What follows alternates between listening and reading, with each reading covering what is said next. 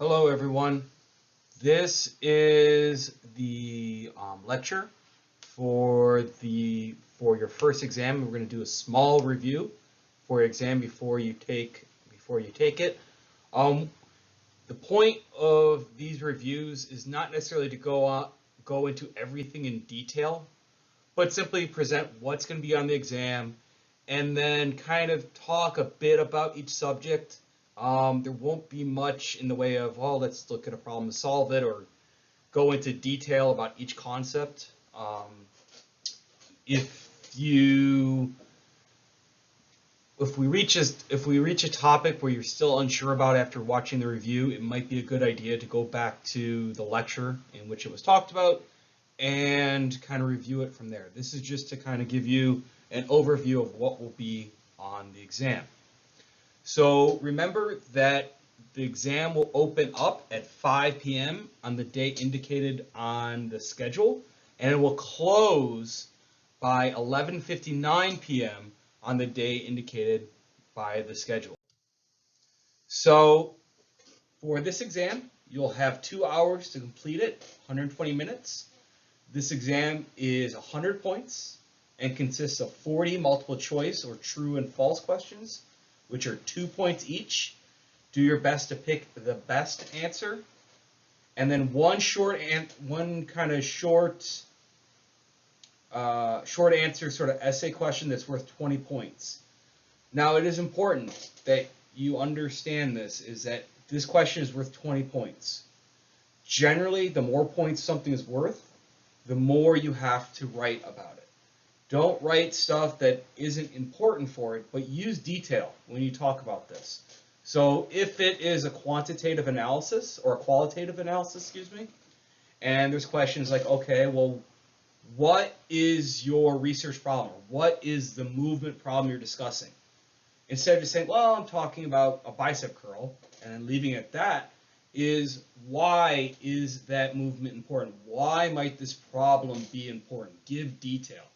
If you're working on a particular rehabilitation method, why is this important? And then, the steps is what the person's going to be wearing, how you're going to collect your data, if you're using more than one person, if you're taking video, all these things. Why are you doing this? This is important because this is very similar to if you were trying to start an experiment.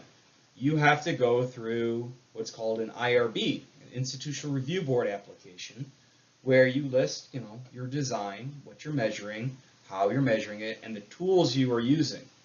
You can't just, let's say, I'm using all these different tools. You have to come up with a sufficient reason to use these tools. You will be asked, why do you need this tool?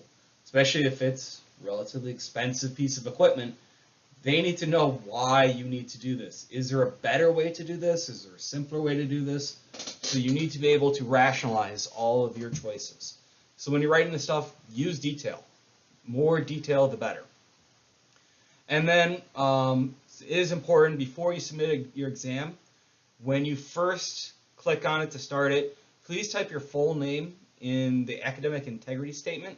It's going to be the first question. Just type your first name, your full name, and just basically this holds you to task that you do indicate that you agree to abide by the UNCG Academic Honor Code and Integrity Policy. Simply saying is you're not going online looking up these answers.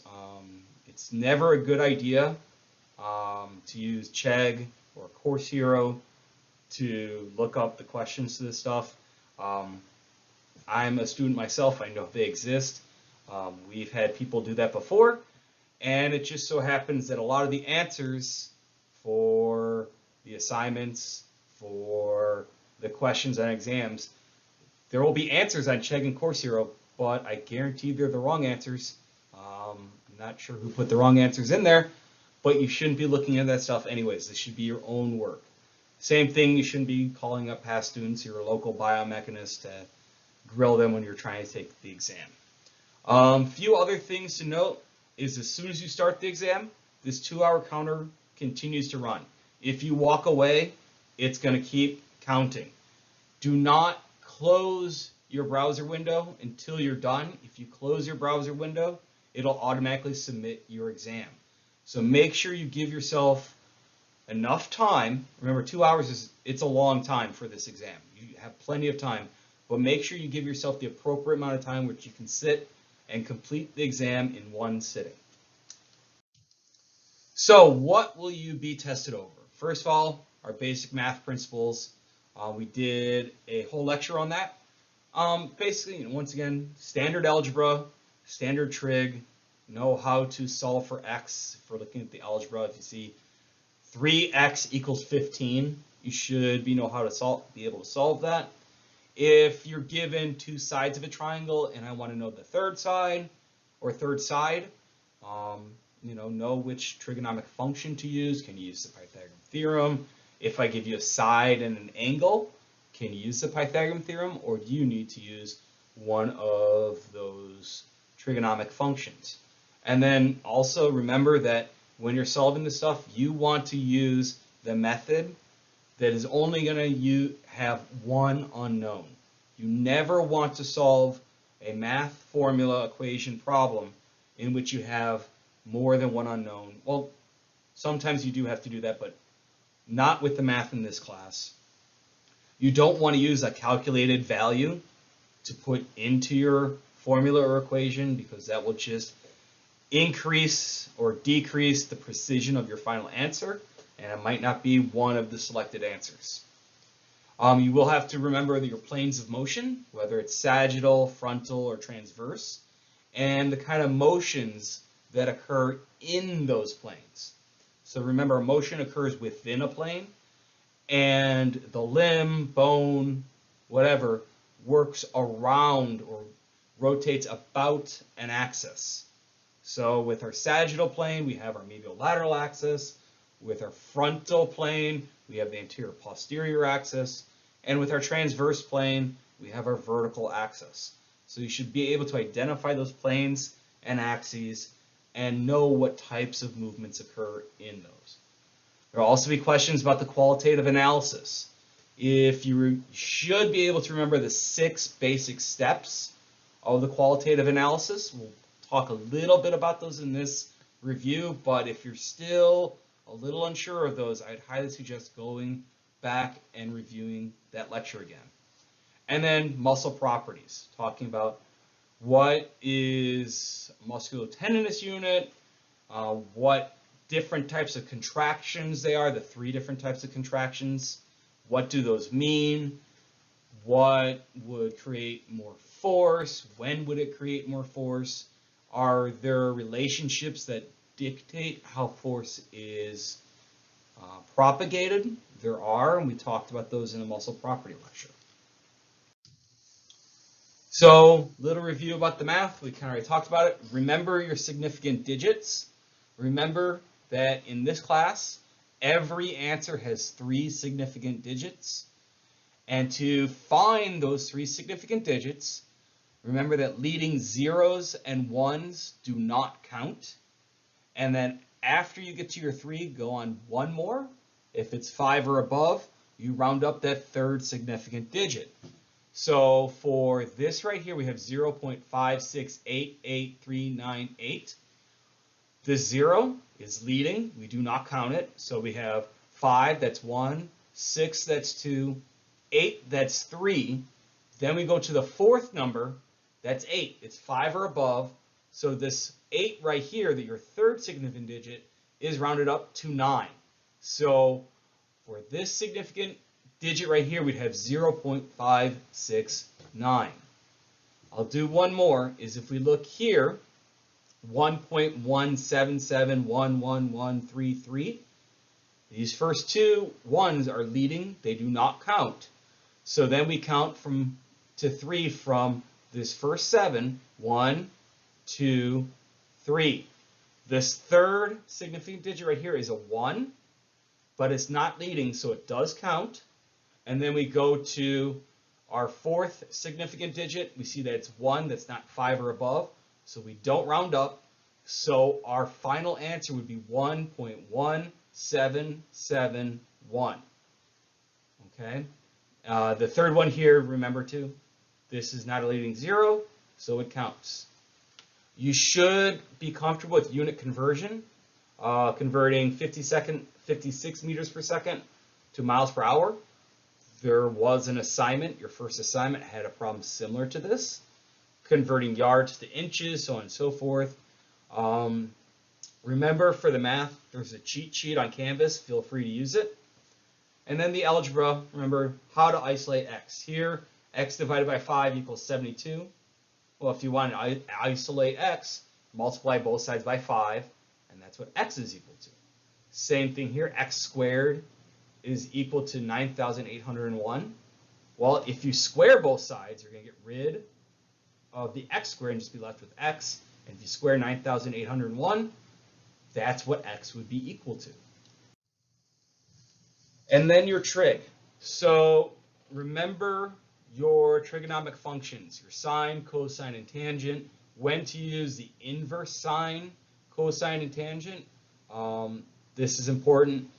You might want to look at the video for assignment 1 and kind of go over when you use this, when you might use the Pythagorean theorem, and how to basically, it's kind of, they're all solve the triangle questions.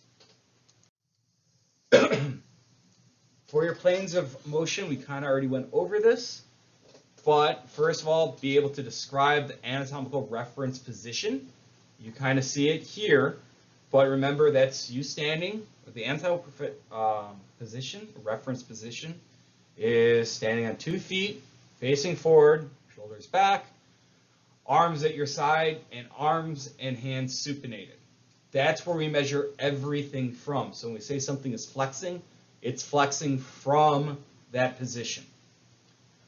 Or abducting, adducting, rotating, whatever. It's rotating from the anatomical reference position. You should be able to define and know the difference between superior and inferior, anterior and posterior, medial and lateral, proximal and distal, and superficial and deep. We talked about that in a lecture as well. And then name the planes and name a motion in each plane. So right here we have our sagittal plane.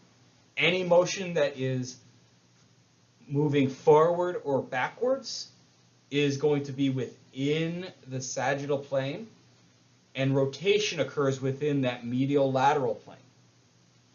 Next to it we have our frontal plane. Any motion that is lateral or side to side occurs within the frontal plane, and it occurs around the anterior posterior axis. And then finally we have our transverse plane. This is where we see a rotation of the body or limb or body part. Okay, so if you do a pirouette, you're doing that within the transverse plane and around the vertical axis. If you do supination and pronation of your forearm, that's occurring within the transverse plane around the vertical axis. Same thing if you're shaking your head and kind of shaking your head no. So planes of motion again, name and describe the different forms of motion. We already talked about that. And know all the movements. So make sure to review the pictures from our lecture notes, be able to define what is flexion, what is extension, what's the difference between extension and hyperextension, know what plantar flexion, dorsiflexion, inversion, eversion, all of those movements. All of those movements are up for questions. You'll usually see a picture straight out of the lecture asking you, what is this movement? So if you study those pictures, it should be fairly easy questions to answer. So one of a good chance, perhaps the essay question is going to ask you to perform a qualitative analysis. So remember, this is worth 20 points. So the more detail and thought, the better. Remember, you should have knowledge of the what is more important? Should you have knowledge of the performance or technique? So which of those is more important and why? So think of it like this, if you are working with a baseball batter and I just told you their batting average, and I said improve their batting average. I told you nothing about how they swing the bat, how they stand at the plate, if they're right-handed or left-handed, anything like that. Would that help you determine a method for improving their batting average? Or would you being able to look at their technique and study their technique help more? Okay. Also understand why the continuity of joint forces and movement and moments, are important. Remember, moment is just another way of saying torque. So why are these important? You won't have to really do math on this question, but you should be able to feel comfortable talking about forces and torques. Describe the summation and continuity of segment velocities, that kinetic link principle, how force builds. Essentially, if we're looking at a baseball pitcher, that force is going to build from their legs and hips, through their trunk, into their shoulder, down their elbow, and then the end summation of that force is at the hand and releasing the ball. Okay? You may be given a scenario, will be asked to perform a qualitative analysis. This is a big hint.